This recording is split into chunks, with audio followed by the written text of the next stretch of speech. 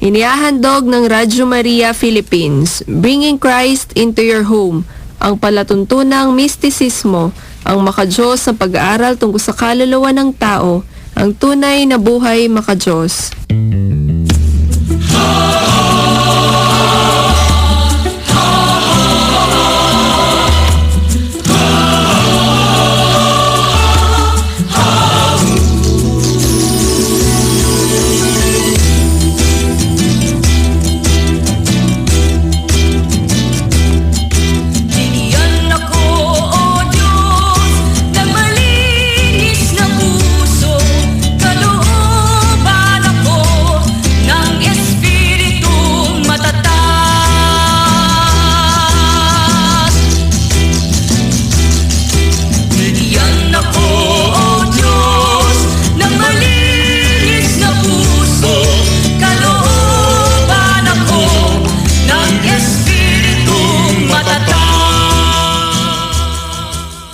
Sa mapayapang pag-inig sa inyong lahat, mga minamahal naming taga-subaybay ng Radyo Maria. Sumayin niyo po lahat ng kapayapaan, Brother Ronnie Aclo po, Bringing Christ into Your Home. Magandang gabi pong muli sa inyong lahat. Kami po si Sister Marjorie ng San Rafael. Mapayapang gabi po, Brother Romy po ng Angeles City. Muli po ang pagpupugay po sa inyo at pagbati ng isang mabiyayang gabi sa inyong lahat, mga minamahal naming mga taga-subaybay ng himpilan ng ating malay na. Ito po sa Radyo Maria Philippines, Bringing Christ into Your Home. Linggo na naman po ng gabi at muli namin kayong inaanyayahan na kami po ay inyong samahan sa pagtuklas at pag-aaral sa mga positibo at negatibong saloobin ng tao na sumasalamin sa sarili ng bawat isa sa ating pang-araw-araw na buhay. Dito sa programang ang mistisismo ng ating pananampalatayang Kristiyano-Katoliko, ang tunay na buhay makadiyos. Hangad po ng programa natin ito na makapagdulot sa inyong mga tagapakinig ng Radyo Maria ng mga kaunawaan tungkol sa ating lakas at kahinaan sa harap ng ating dakilang lumikha. Ngunit bago po tayo tuluyang dumako sa ating mga paksa, kayo ay aming inaanyayahan sa pag-aalay ng isang panalangin. Sa ngalan ng Ama, ng Anak, at ng Diyos, Espiritu Santo. Amen. Panginoon naming Diyos, kami po ay tunay niyong pag-aari sapagkat kami po ay ginawa niyo ayon sa inyong larawan at wangis at iniingatan niyo po kami hanggang sa oras na ito. Kayo po ay lubusang marunong at makapangyarihan sa lahat. Pagkalooban po kami ng karunungang piliin namin ang inyong banal na kalooban kaysa ano pa mang bagay. Iniaalay po namin ngayon sa inyong paanan lahat ng aming minimithi sa buhay at ipagkaloob po ninyo sa amin kung ito po ay makakabuti sa aming katawan at kaluluwa. Gamitin nawa namin ang talino at karunungang ipinagkakaloob nyo sa amin upang lalong mapagbuti ang aming sarili at ng iba hanggat maaari at may panahon pa. Kayo po ang aming sandigan at kanlungan.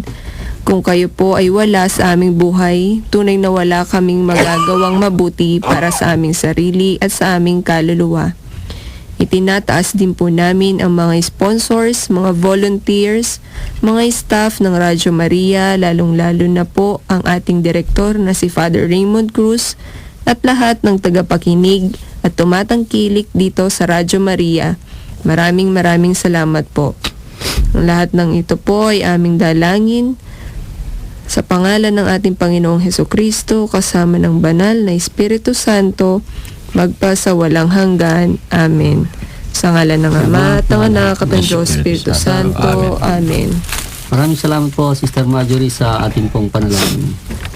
Muli pong paalala na ang mga programa ng ating himpilang Radyo Maria ay maaari rin po nating papakinggan sa mga karating probinsya sa buong Pilipinas at sa buong mundo sa pamamagitan ng audio streaming ng Radyo Maria www.radyomaria.ph at sa website ng World Family of Radio Maria sa www.radyomaria.org. Muli po, magandang gabi sa inyong lahat, mga minamahal naming mga taga-subaybay ng ating pong himpilan, ang Radio Maria Philippines.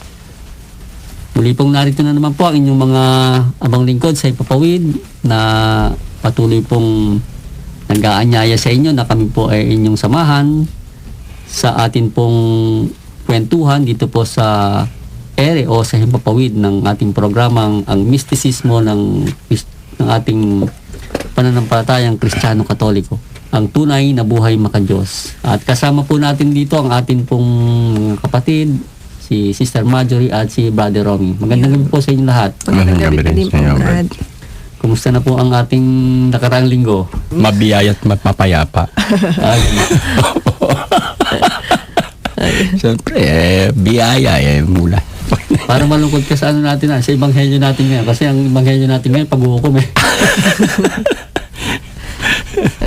ano po, ang pamagat ng ating ebanghelyo sa gabi pong ito, yan sabi po ng liturgical guide natin, distraction and persecution. Ano po, ito po pananalita ng ating Panginoon na kung paano mangyayari sa darating na panahon, na kung paano pong ang pagdating ng anak ng tao ay magkakaroon po ng mga kaguluhan, ano po, at ang mga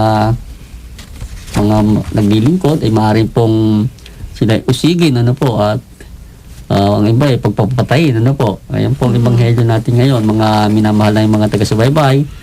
Kung kayo po nakadalo po sa ating Santa Misa na inaraos po ng ating mga kapatid na kaparian sa saan mang parokya ng atin po kinaroroonan dyan, ano po.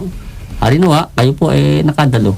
Sapagkat muli po namin pinapalala na mapapalad daw po yung tinatawag sa piging ng Panginoon. Huwag po natin hayaang di tayo tawagin, ano po, mga minamahal yung mga taga-subaybay. At nandiyan po kayo, nandito rin po kami habang kayo po ay naghahanda ng inyong mga mga dadalhin, ayusin mga gamit para po sa pagpasok nyo kinabukasan sa ating mga gawain. Hayaan nyo pong dulutan namin kayo ng mga konting kwento tungkol po sa mga saloobin po natin na atin pong pang-araw-araw at tunay na nararanasan sa ating pang-araw-araw na buhay. Dito po sa programa nating ang mistisismo ng pananampalatayang Katoliko. Mistisismo po sapagkat ang kahulugan po ay hiwaga. Itong mga saloobin natin ito, ito po isang hiwaga sa ating mga sarili, ano po. Na kung minsan nga, nasasabi po natin, bakit ba ako ganito? Bakit ba ako pag minsan ganyan? Yan po bahagi po ng mistisismo ng ating pagkatao. Ibig sabihin, pagiging mystical po natin, pagiging spiritual na tao. Tayo po ay spiritual po tayong tao, ano po, na mayroon pong katawan, ano po, na sabi nga po, ang kabuuan natin ay hindi lamang po katawan, kundi meron po tayong kaluluwa, ano po. Yan nga po yung isip, yung puso at ang ating kalooban. Kadalasan nga po, ng ating mga puso, nagdadala po ng mga dalahin na saloobin na sinasabi po natin. Kaya dito po ang ating programang to, nagbibigay po sa atin ng kaunawaan, mamumunting kaunawaan sa ating mga sarili sapagkat pagkaminsan nga po, hindi natin maintindihan ang ating mga sarili. At hayaan niyo po na kami inyong makasama sa inyo pong mga pag-iisip na yan, pagdinilay sa inyong mga sarili sa pamamagitan po ng ating programang ito. At bago po tayo tuluyan dumako sa ating paksa, balik tanawin po natin uli yung nakaraan. Ano po yung paksa natin nakaraan, Sister Marjorie? Ayun po, yung utang na loob na ito nga po ay isang walang katumbas na halaga kung atin po itong pagkakaloob sa kapwa natin. No, meron po yung isang tao na nagbibigay ng tulong na wala pong hinihintay na kapalit at meron naman po yung isang tao na tumatanggap ng utang na loob at dahil naman po ito sa kababaan ng kanyang loob. Meron din tayong tinatawag na positibong utang na loob. Ito yung sa mga magulang po natin, no, sa isang pamilya na ginagawa po nila yung nagsasakripisyo sila, yung obligasyon nila, responsibilidad nila sa kanilang mga anak na hindi po sila naghahanap ng anumang kapalit dun sa utang na loob na ibinibigay nila sa kanilang mga anak. So yun po yung positibo. At meron din naman pong negatibo na katulad sa ating komunidad na mga nasa mataas na posisyon na naghahanap po ng kapalit, maibigay lang yung tulong na yon sa kapwa nila, no? Na nagkakaroon ng pagsasamantala sa kapwa, no? Yung mga katotohanan na nagiging kasinungalingan na ginagamit nila yung utang na loob na yon para sa sarili lamang po nila. At gayon din naman kung hindi po natin mapaglabanan ang negatibong ito, maaari po tayong ibaon sa mas masama pa po. At para naman po sa ating espiritualidad na ito pong utang na ito ay isang panloob na utang na kailangan lamang po nating ipagkaloob sa Diyos, no, sa buhay po na binibigay niya po sa atin, na tinatanggap po natin sa araw-araw, at ang bawat hininga ng sandali ng ating buhay na ating pong tagaping utang na loob sa ating Panginoong Diyos. Gayon din sa ating mga magulang na sila po yung naging kasangkapan upang mabuhay po ang mga bawat sanggol na inilulwal nila sa ibabaw ng lupa. At upang tayo po ay tumanaw ng utang na loob, no, paglingkuran po natin ng ating Diyos. Magkaroon po tayo ng respeto sa Kanya, sa ipinagkakalob niya po sa atin. Gayon din naman, pagsilbihan po natin ng ating kapwa, sapagkat doon po natin natatanaw yung pag-ibig ng Diyos sa pag-ibig natin po sa ating kapwa. At ang utang na loob po ay hindi masamang magbigay ng utang na loob, no? Kailangan lamang po sa matuwid at makatarungang pamamaraan, at huwag gamitin upang magkasala po tayo. Maging matatag po tayo ang ating kalooban sa pagharap po sa ating mga buhay. So yun po, Brad, yung utang na loob. Ayan, yan po. Maraming salamat, Sister Marjorie po. Yan po mga minamahal ng mga taga-subaybay. Ang recap po, pagbabalik tanaw po natin sa ating pong paksa nakaraang linggo, ano po. Ating pong pinamagatang utang na loob. Utang na loob sa ating kapwa, utang na loob sa Diyos, ano po. Basta din po ay utang na loob, ano po. Hindi po natin pinag-uusapan dito pera, ano po, mga minamahal ng mga taga-subaybay. At sa atin pong panibagong linggong to, atin pong tatalakayin naman ang isa pang saloobin natin na minsan sabi nga po ito wala pong masasabi po nating walang taong likas na masama, dahil pagdating po sa bagay na ito lahat po tayo meron nito, ano po, sabihin mo natin sa isang taong masamang tao, sabi nga sa kaibuturan ng kanyang puso meron nito, ano po, sapagkat tayo nilalang ayon sa larawan at wangis ng Diyos bilang isang tao. Ang paksa po natin, mga minamahal ng mga taga-subaybay, ay pamamagitan po nating pagkahabag. Pagkahabag, ano po? Opo. So, ito po yung pagkahabag. Ano po yung pagkahabag, Sister? Yun, is mercy and compassion or forgiveness shown towards someone whom it is within one's power to punish or harm. Mercy and compassion, habag at pakikiramay, pwede din po. So, dito naman sa a feeling of someone who is sick, hungry, and trouble, etc. Yan. Tapos, yung namang mercy, sabi niya, kindness or help given to people who are in a very bad or desperate situation. No? Ano po? So, yun po, mercy and compassion, ano po? So, yung ating taon ngayon, ano po, yung Jubilee, Year of the Poor. Year of Mercy. Mercy, ano po, ayun po. Jubilee. Lagyan na po natin, sama na po natin sa pagkahabag, ano po. Malalim din ang kahulugan. Malalim ba na masasabing pagkahabag? Kasi marami rin pakahulugan po yung pagkahabag eh. May pagkahabag sa isang taong, gaya nga na nabanggit nga kapatid na siyang may karamdaman. May mabigat na karamdaman. Pagkahabag, hindi po ba? Lalo na yung mga may taning na ang buhay nila, talagang naroon na yung pagkahabag mo dahil kumbaga wala ng kalunasan eh. Para sa walang kalunasan para sa karamdaman nila. Nagkakaroon ng pagkahabag sa kalalagayan nila. Awa, sabi nga, awa na nararamdaman natin. Meron din naman pagkahabag sa sarili. Minsan, sabi nga, sa sarili din natin, minsan nahahabag din na. Minsan, sa bagay ako, hindi ko alam kung pagkahabag ko matatawag ninyo, nararanasan ko minsan sa sarili ko eh. Awa-awa. Awa-awa. Palagi mo lalaman ng bulsa. Di po, medyo nagpapaano lang po para hindi naman po masyadong seryoso yung usapan natin. Pero talaga po, ang pagkahabag na sa isang tao ito eh. Natural po sa isang tao na dumarating sa kanyang puso na minsan siya naaawa sa kanyang kapwa, lalo na sa mga sitwasyon na lalo na kung kaibigan mo pa yung involved dito na may mabigat na karamdaman. Naranasan ko ito sa isang bata, Brad, sa isang bata. Meron akong karanasan dito eh. Sa isang bata na hindi siya makalakad. 8 years old siya. Isang batang babae. Dahil sa kalikutan niya, siyempre, alam naman yung mga bata, talagang malilikod, ano.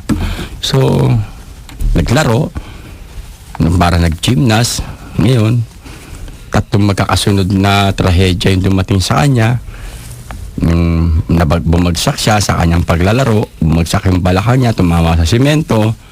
Pangalawa, paglalaro niya, nadapa siya, paluhod. Pangatlo, namamasyal silang maglolola, nadulas silang sabay-sabay, nasadlak na naman yung balakang niya. So, yung tatlo na yun, dumating yung tiyempo na hindi na siya makatayo. Dahil bilang isang, hindi niyo po naitatanong, may konti po kung kasing kaalaman sa paghihilot po. Massager po si Brother Romy. Si Brother Ronnie po messenger. Yan. Magka-rhymes po yan. So, may nakapagsabi po doon sa magulang ng bata na, bakit hindi mo puntahan si Brother Romy? Sabi nga, kasi brother din po ang tawag sa akin. Tapos, so nung nakilala ko yung magulang, pinuntahan ko yung bata. Tapos nakita ko po yung sitwasyon ng bata na talagang hindi ko pa man hinahawakan yung paa niya, hysterical na. No? Talagang nagwawala na siya, hysterical. Oo. Kasi masakit yung paa. Masakit, talagang masakit. Naagoy na. Tapos yung pangalawa, nung hawakan ko talaga yung paa niya at ginalaw ko, naramdaman ko yung agony and pain na nararamdaman ng bata. Parang ako yung nakaramdam. So, nagkaroon po ako ng pagkahabag doon sa bata. So, nagkaroon ako ng tulungan ko siya sa abot ng aking makakaya, ng kaalaman ko sa paghihilot, Tapos, asa tulong na rin ng panalangin, Panginoon, dahil siya naman po talagang magbibigay ng guidance kung paano yung gagawin ko doon sa bata. Dumating talaga yung paghabag ko sinabi ko sa magulang, sige po, lahat ng makakaya ko gagawin ko, sabi ko. Pero kailangan tulungan nyo rin po ako sa panalangin na siya ay gumaling ka ako. Yun yung sinabing, nahahabag yung naramdaman, dahil sa naramdaman ko doon sa bata, naipangako ko na tutulungan ko siya dahil sa aking pagkahabag sa bata. Tingari isang kaibigan ko, meron ding kwento dyan tungkol sa pagkahabag na yan. Meron daw kasing tuwing pumupunta siya ng Apo, meron daw sa may palengke ng Angeles, no? Kasi po mga minamahal ng taga-subaybay sa Angeles po yung work namin, kaya doon po yung kwento ko, po. Yung kaibigan ko, madalas siyang napupunta raw sa may Apo. At meron doon yung mag-ina raw, mag-ina siya nakikita na yung bata, parang paralisado yung bata. Sa una raw, binibigyan raw siya. Kasi nahabag siya naawa siya Yung bandang huli, nandun pa rin, parang nakakahalata na raw siya, parang naawa na raw siya dun sa bata. Dahil parang ginagamit na lang daw na kasangkapan ng nanay.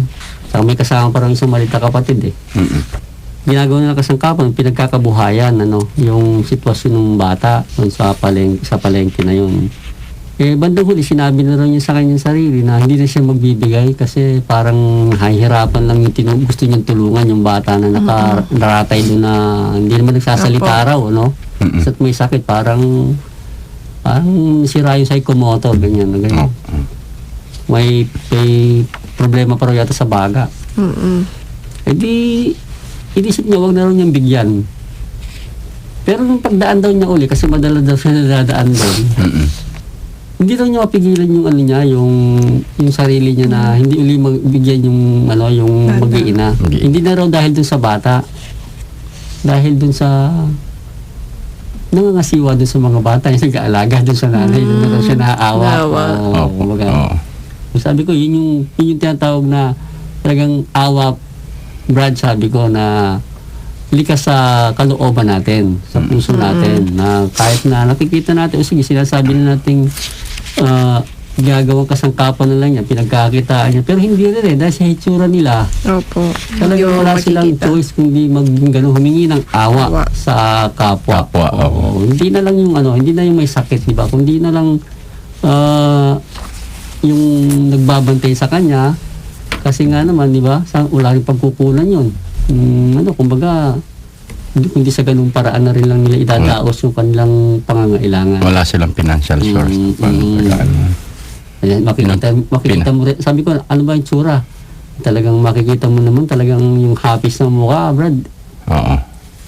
Sabi ko, kumbaga, hindi na siguro ikaw ang nag-uudyok sa sarili mo yan. Baka inuudyok ka na ng Diyos na tumulong. Kasi sabi nga meron mga pagkakataon na ay hindi na natin gusto at pag ginusto ng Diyos, di ba? Gagawin lang tayong kasangkapan para yung ang awa niya ay maipahatid niya sa tao. No? Buka tayo, nagiging kasangkapan din ng Diyos para makapagbigay naman na, maibigay ng Diyos yung tulong dun sa kapwa natin. Ano po? Yun po yung sinasabi ko sa kanya na hindi na yan masasabi na sa'yo pa nanggagaling yung inisyatibo na yan. Talagang pag oras na pinadaan ka doon, ibig sabihin, pinadadaan ka ng Diyos doon para tulungan mo yung mag-iinang branch, sabi ko sa kanya. So yan po yan, mga minamahal yung mga taga-subaybay, no? Sa atin pong komunidad, makikita po natin yung mga ganyang klase ng mga bawa kung paano pong yung pagkahabag umiiral. Ano po? At maraming mga pagkahabag na minsan po kung nakita nga po natin sa paligid natin, para bang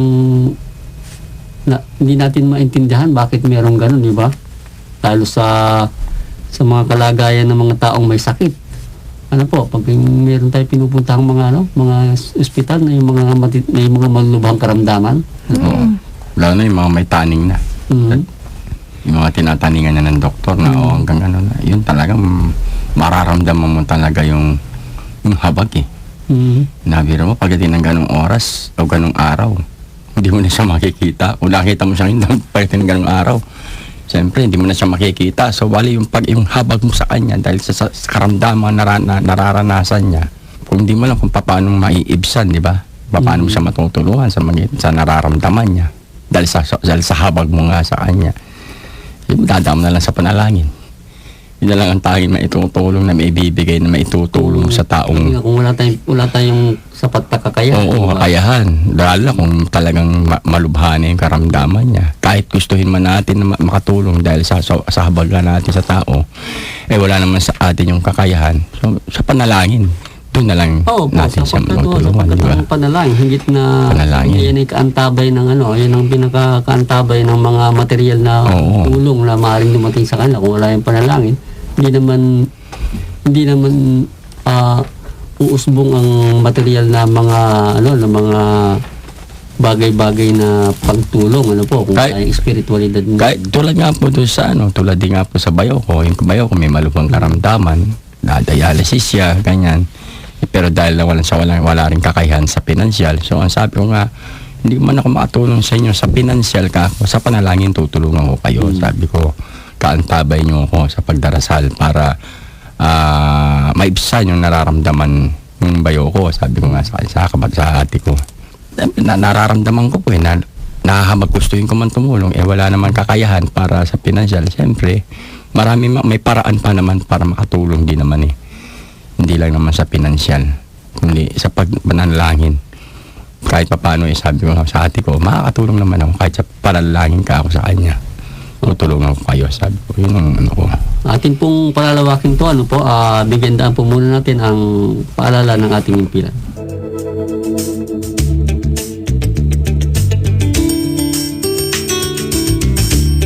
Ang Radyo Maria ay mapapakinggan sa mga sumusunod na cable TV companies ng Compuart Technology Network Incorporated sa Channel 99, sa Tarlac High-Tech Cable TV, CLC TV at ACCTN, sa Pampanga, ACCTN, Compuart at CLC, sa Bulacan, Golden Eagle Cable Corporation, Good Shepherd Cable TV, Villarama Cable TV at CLC, Rainbow, NSCV, sa Bataan, Apollo Fly Cable TV at Mariveles Space Cable. Halina't makinig at makibahagi sa misyon ng Radyo Maria.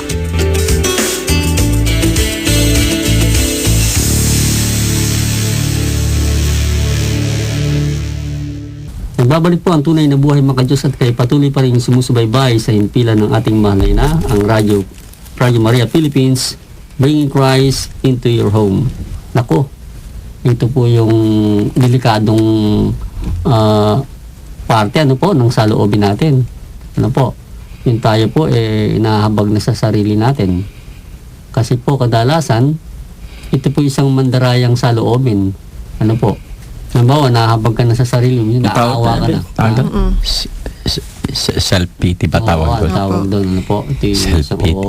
Ito isang mandarayang saloobin ng pagkahabag na maring ikapahamak ng isang tao. May kaya, no? May kaya sila pareho, magandang trabaho nila. Pero hindi pa sila nagkakaroon ng binibiyaan ng anak, no? Pero mga bata pa naman sila, no? Pero siguro mga 12 years, 11 years na silang nagsasama, wala, no? Parang nangyari, yung mga kwentuhan, no? Pag nakikita ng ganyan, pinakikita yung mga ano.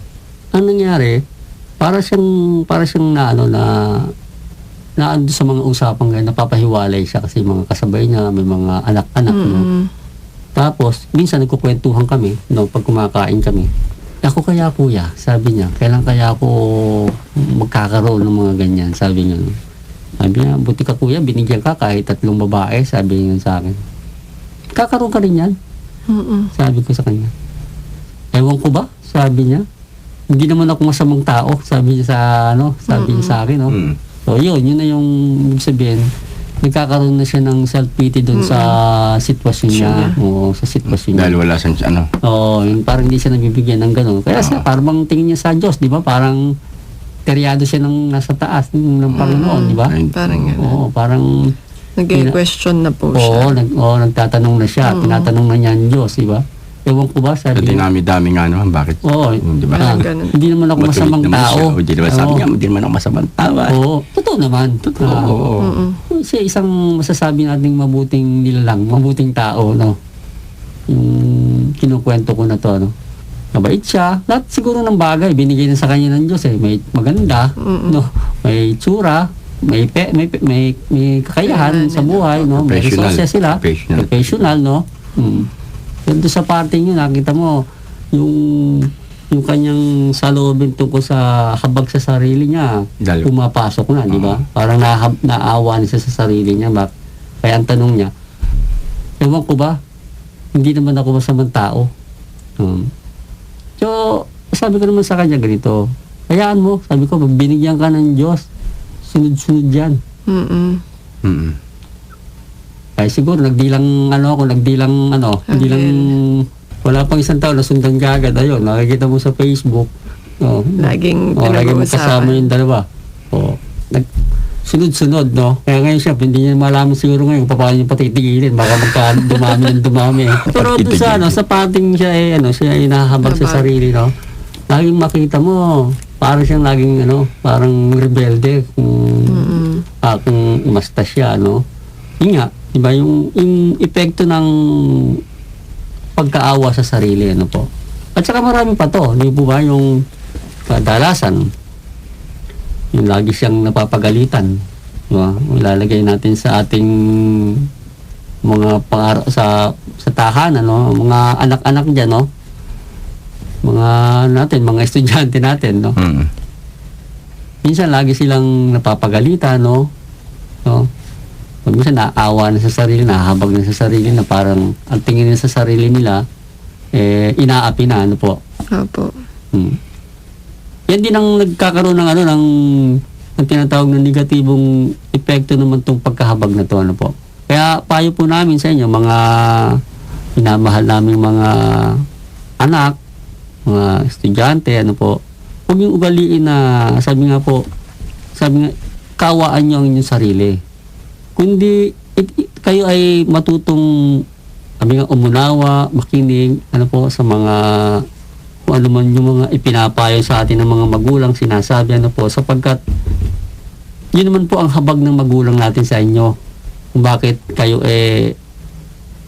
tinuturuan, pinapagalitan, ganyan ang habag ng isang magulang na minsan hindi mahirap maintindihan ng isang anak. Naiintindihan na lang yun ng isang anak kung siya'y ganap ng nasa edad na rin siya. Oo, nasa tamang edad at pag-iisip na, po. Tapos napagtatagni-tagni niya na yung mga pangyayari sa buhay niya, naunawaan niya na kung bakit. At saka pala niya sasabihin na, naku, kung hindi ako pinigilan ng ganun, baka kung saan ako napunta. Oo. Kasi may mga negatibong epekto nga rin ito yung pagkahabag sa sarili. Di po ba? Na minsan, nauuwi pa yan sa pagpapatiwakal din. Maraming ganyan. Na may mga nangyayari ng ganyan eh. Yung iba naman nauuwi sa pagkasira, yung pagkabaliw, sabi nila. Dahil sobrang habag sa sarili. Nawawala na sila sa sa katinuan, kumbaga. O kasi, ang tingin mo sa sarili mo. Madaling sumuko sa ganun. At pinapasok rin ng mga ang kaisipan ng tao kung siya kasi nasa tinatawag na pagkahawa sa sarili, pinapasok na siya ng negatibo sa lahat ng mga pag-iisip. Nega na siya. Negatibo na siyang mag-isip, negatibo na siyang magsalita. Ano po? Lahat ng... At yan nga, sinasamantala na nga ng demonyo yung ganyang kalagayan ng sa loobin ng tao kapag naandyan na siya. Sabi nga po, katulad yan ng isang leon na kung tayo po hindi magbabantay sa ating saloobin, maaari po niya tayong pasukin. Kaya yung mga pagkaawa sa sarili, mga negatibong bagay po yan na huwag natin dalhin. Matuto tayong umunawa. Sa halip ng kaawa natin sa sarili natin, umunawa po tayo. Nawain natin yung mga nangyayari. Intindihin po natin para tayo po hindi nakukulong dun sa sitwasyon natin na yan. Mahirap po kasi kung makukulong tayo ng pagkahabag sa sarili. Kahit na po yan, sabi nga po yan, kulungang walang rehas. At pagka nakulong na tayo ron, wala na, tayo na po mahirapan na po tayo, baka makalabas man tayo ron, hindi na po tayo pakikinabangan. Gutay ka na. Oo. Pag nakalabas ka, naglalakad na lang ng walang direksyon sa daan. Yun. Na pagkahabag sa sarili. Although meron sinabi ang Panginoon dun sa kung natin po maalala dun sa Ebanghelyo niya, di ba nagpapasan siya ng krus? Oo. Di ba? Baka sabihin kasi ng mga nakikinig sa atin na nagbabasa noon, sabihin, di ba sabi ng Panginoon, huwag niyo akong kaawaan, kaawaan niyo ang inyong sarili at ang inyong mga anak. Meron mga ganun, di ba? Yung nagpapasan ng krus ng ating Panginoon, sinalubong siya ng mga babae na taga-Jerusalem, nag-iiyakan, Huwag niyo akong iyakan. Yung crying ladies. Hindi pala kaawaan, Huwag niyo akong iyakan. Iyakan niyo ang inyong sarili at ang inyong mga anak. Yan, yun pala sabi ng Panginoon doon. Ibig sabihin, iyakan, kaawaan. Awa, nandun yun. Ano yun, di ba? Pero hindi po yun ang binabanggit tayo, mga tagapakinig, na iniiba po natin yung sinabi ng Panginoon na kaawaan natin sarili. Kundi, ito pong bahaging ito, maaaring yung sa sinasabi ng Panginoon, yung baga doon, ang pakahulugan naman doon, kaya sinabi niya yun, huwag niyo kong iyakan. Huwag niyo iyakan kasi itong sakripisyo ko, alam ko kung saan pupunta. Kung saan, Kaya ka umiiyak dahil siyempre naawa ka sa tao, kaya ka nga umiiyak dahil parang yung awang-awa ka, siyempre nakakapag ka rin dahil nakikita mo yung sakripisyo ng tao, kaya ganun sila umiiyak. Kaya ganun yung sinabi siguro ng Panginoon sa kanila. Kaya sabi naman ng Panginoon, huwag niyo akong iyakan. Iyakan niyo yung sarili niyo. Kaya nga, nasabi ng Panginoon yun, dahil nga sa alam naman ng Panginoon kung saan pupunta itong sakripisyo nito. Pero yung sa kanila, hindi pa nila alam kung ano pa yung dadatnan nila na sakripisyo na para sa kanila. Kaya siguro nasabi ng Panginoon na gano'n, iyakan niya yung sarili. At dito naman sa bahagi naman po ng ating tinatalakay na to, ayun na nga, yung pagkaawa sa sarili ang ating binabanggit dito na maaring na hindi magdudulot ng mabuti po sa atin, na tayo mahahabag o masi-self-pity tayo. Kundi ang atin pong gawin, ibaling natin sa iba yung ating pagkahabag. Sabi nga, maging kapakipakinabang tayo. Hindi yung lagi nating iniisip na tayo ang dapat tulungan. Tumilos po tayo. Maging kapakipakinabang po tayo. Hindi man po sa ating sarili, una na po sa ating sarili, di ba? Kahit makaawaan ng sarili, tulungan. Tulungan natin yung ating sarili na maging kapakipakinabang para sa Diyos at para sa iba. Kahit makaawaan natin sarili, kumilos. Ano po yung ibig nating sabihin, mga minamahal na mga taga-subaybay, na hindi natin... Pero nangangailangan tayo ng dyan, Brad, nangangailangan tayo ng matatag na pananalig. Kasi hindi mo naman magagawa yan kung wala kang matatag na pananalig sa Diyos. Opo. Diba? Yun na siyang mag-aangat sa'yo na siyang tutulong sa'yo para ma-outcome mo lahat yung mga nararamdaman ng isang tao. At saka kaya nga po yung iba nakukulong doon sa pagkabag sa sarili dahil nga po sinasabi walang pananampalataya. Wala silang mata na sa spiritualidad para makita yung dapat pa niyang tingnan. Nakatingin na lang lagi sa sarili. Sarili niya, yung pananaw niya, hindi niya na nakikita yung dako para una dapat na mararatnan niya pa eh. Na dapat niyang gawin. Nagabat niya pang gawin. Hindi niya dapat intindi. Kaya sabi nga ng Panginoon, di ba? Ulit-ulit natin sinabi, nabanggit sa Ebanghelyo yan. Takwil mo yung sarili. So, hindi mo sinabi ni Kristo na kaawaan mo yung sarili mo. Sinabi, takwil mo eh. Takwil mo yung sarili. Sabi, hindi po naman ibig sabihin, mga minamahal na taga-subaybay, na yung sarili natin parurusahan na natin. Hindi naman po sa ganon. Ibig sabihin, ilagay lang po natin sa normal yung ating takbo ng ating buhay. Ano po? Na tayo, ang makatulong sa iba, kundi at huwag nating hangarin yung tayo ang tulungan. Ano yung panalangin niya, no? Di Assisi. Di, sapagkat nasa pagbibigay ng pagtanggap, di ba? Nasa pagpapatawad ng kami ng patawad. Oo. O Diyos na aming Panginoon, sabi niya, pagkat niyo pong huwag naming hangarin, di ba? Ang makaali kay sa aliwin, ang makaunawa kay sa unawain. Ang magbigay kay saan tumanggap. Ang magbigay. Ba yun? Oo, yun yung magbigay kay saan tumanggap. Oo. Sapagkat nasa pagbibigay ang pagtanggap. Nasa pagpapatawad ang pagkamit ang patawad, sabi niya. Huwag naming hangarin. Ibig sabihin, yun nga po yung sinasabi natin, ano po, na kahit nakawaan natin ng ating sarili, huwag natin hangarin yun. Ang ating sarili, ang ating kawaan. Hindi maging katulad tayo ng mga santo, di ba? Kamukha ni San Francisco, ano po, ng Assisi, yun ang kanyang panalangin. Dakilang hamon. Dakilang hamon tao. Yun yung pamagat nun. Mga gabay natin, mga konsilista, gabay ng konsilista. Dakilang hamon. Yung panalangin na yon ng ating mahal na santo San Francisco. Ito nga po, mga minamahal yung mga taga-subaybay, ano po, ito pong paksang to, sa pagkahabag. Sister Marjorie, meron ka bang ikukwento tungkol sa pagkahabag natin? Hindi po ako makapagsalita kanina kasi minsan din po nasa self-pity kami. Negative nga yung dumadating sa'yo kasi may mga part na kunwari po malungkot ka tapos yung taong gusto mong kasama mo nandun sa iba, nagsasaya. Tapos ikaw mag-isa ka, nandun ka naglulungkot. Medyo mahirap po talagang iwasan yung sariling damdamin po natin. Opo. Pero sa tulong po ng pagsasanto Rosario, pagdarasal, yan, mas magiging matatag talaga tayo. Mas ibaling po natin yung sarili natin pag nandun na tayo sa part na yun. Kasi naramdaman po namin yan. Maghapon ka magmumukbok dyan eh. Maghapon kang walang gagawin dyan, ang gusto mo lang, damdamin mo lang, nasasaktan talaga ako. Parang ganun po eh. Gusto mo lang, kaya ka nakukulong eh. Nakukulong Opo, ka doon. nandun ka lang. Na-try ko pong magmukmok maghapon dahil sa ganun na pag-self-pity. Pero yun nga, ang lunas talaga doon is yung patatagin po natin yung pananampalataya natin. Kasi pag may mga times na darating na naman yan, na negatibo sa atin, no, iisipin natin yung mga napag-aralan natin mga napag-aralan natin sa banal na Biblia, ganyan. Magbasa po tayo palagi ng mga makakatulong sa spiritualidad natin para mas lumawak po yung pangunawa natin sa kapwa. Pero meron po mga times talaga na nag-self-pity. Kaya niyang dalhin. Minsan po nag-i-improve. Yun. Mas maganda po kasi mag-improve tayo kaysa magmukmuk po tayo sa isang solo ko lang. Sabihin po, mga minamahal yung mga taga-subaybay, talagang palaban na po itong kapatid natin dito.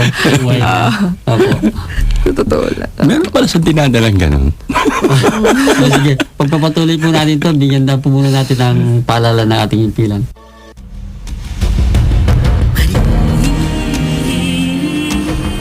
So I am Sister Connie Lagman. I pray na lumawak pa ang coverage nito. Mas marami ang dumating na mga volunteers. And for myself, sana mabalik ako as volunteer given the time and opportunity. At alam ko na maraming buhay ang nababago dahil sa presence ng Radyo Maria sa ating buhay.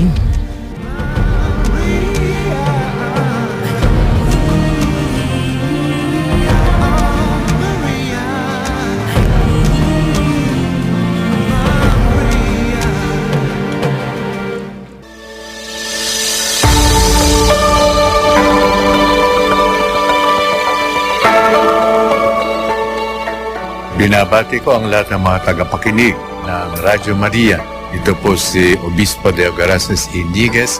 Atin pong inaanyayahan ang lahat na samantalahin ang magandang pamamaraan ng pagpapaabot ng mga balita at lalo na ng magandang balita sa pamamagitan ng Radyo Maria at sa pamamagitan ng ating mahal na Birhen Maria. Tanggapin nawa natin lahat ang pagpapala ng makapangyarihang Diyos, Ama, Anak at Espiritu Santo.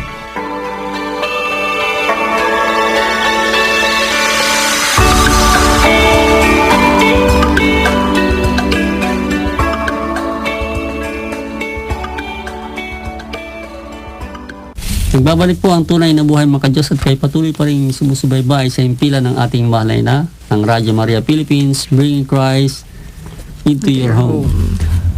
Sa atin pong pagpapatuloy, darako po tayo sa espiritualidad naman. Kwentuhan natin na atin pong ibabahagi ang bahagi ng pangkaluluwa espiritualidad ng ating paksa. Sa ating paksa ano po, ang pagkahabag. Paano po natin iugnay ito rito? Yung Brad, 7 corporal works of mercy. Apo, yung lalawin ng mga Nakabilanggo, okay.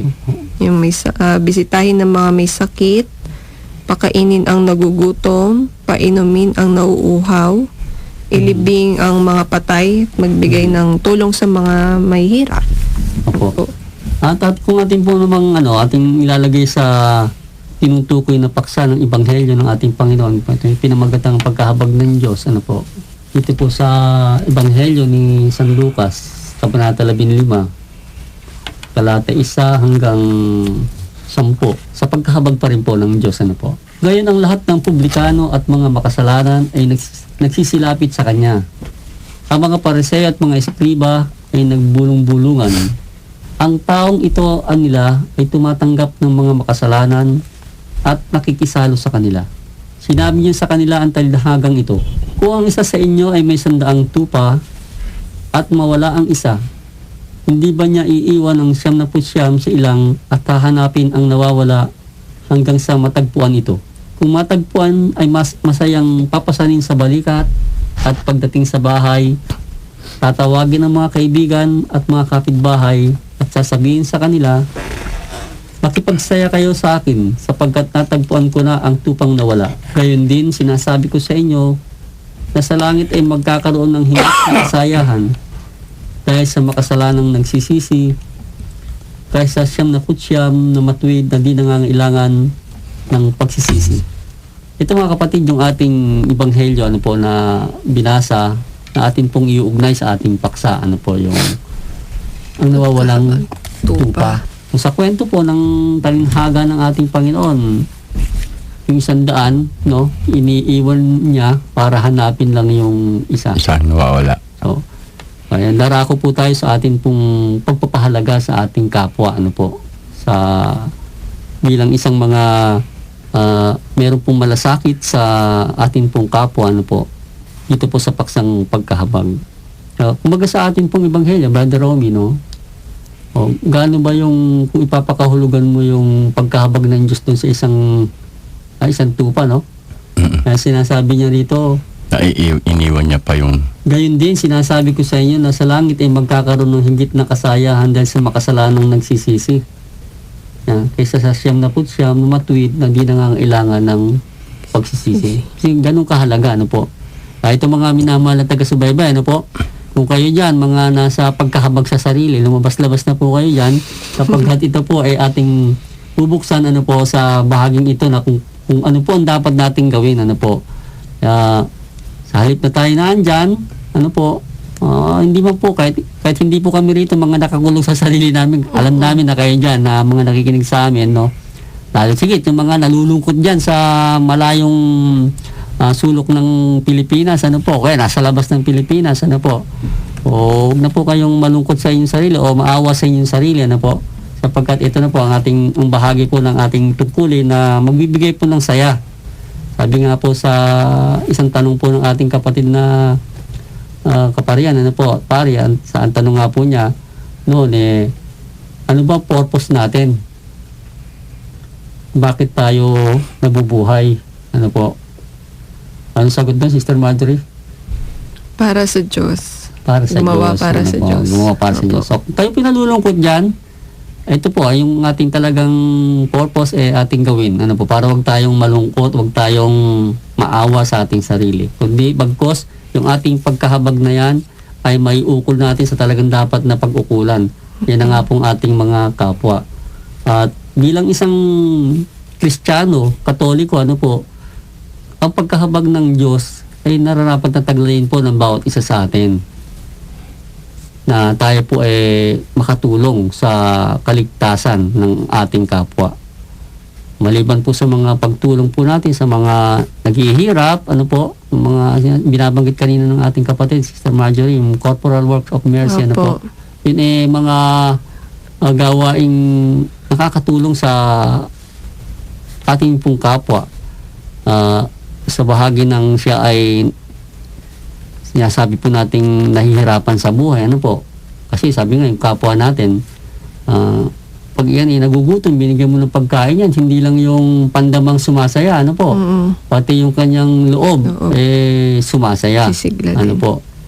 So, kaya dito po sa ating paksa na ito, na pagdako po natin sa espiritualidad ng atin pong paksang pagkahabag, atin pong tunghayan tong isa po sa mga atin pong na-research ano po na CP po ng isang pahayagan na meron po ritong ipinahayag ang atin pong minamahal na Arsobispo ng Manila na po si Cardinal Tagle po. Tungkol po ito sa sinasabi pong pangyayari po sa ating paligid ngayon, ano po, napapansin naman po, hindi kaila sa inyo, mga minamahal ng mga taga-subaybay, nangyayari po sa atin pong lipunan, ano po, na sa kampanya nga po ng atin pong gobyerno laban po sa mga nasa masasamang bisyo ng pinagbabawal na gamot, ano po, dahil po sa pagdideklara po ng kampanya laban sa droga, marami po ang mga biktima po ng addiction na yan. Ang masasabi po natin na para bang sa tingin po ng ating inang simbahan ay hindi po natulungan, kundi napahamak po sila. Ano po? Bakit po? Kasi po sila natatagpuan natin sa halip na matulungan sila sapagkat sila nasa ganung kalalagayan. Ano po? Natatagpuan na lang po natin kung saan walang buhay. Ano po? Samantalang sila ay tao, ano po, na nilalang din naman ng Diyos sa kanyang larawan at pangis. Kaya dito po sa atin pong sa pinahayag po ng atin pong kagalang-galang na kardinal, ano po, sinasabi po niya rito na ito pong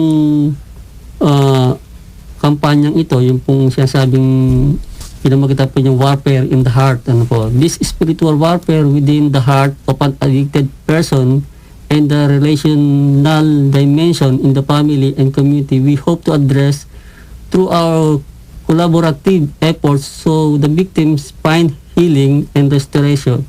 Kaya po ito po sinasabi ng atin pong kagalang-galang na kardinal, ano po, na ang mga biktima po ng drug addiction na yan, ano po, ay atin pong muling masagip. Sagipin po natin, hindi po sa paraan na sila sabi nga po, pabayaan na lang po natin na humahandusay sa kalsada nang wala ng buhay. Ano po. So kaya po ang ating pong inang simbahan nagkaroon po ng isang pananaw tungkol sa bagay na yan na ang mga nandyan po matulungan. Sa Manila po, ano po, sila ay nagkaroon ng mga tinatawag na rehabilitation program, no?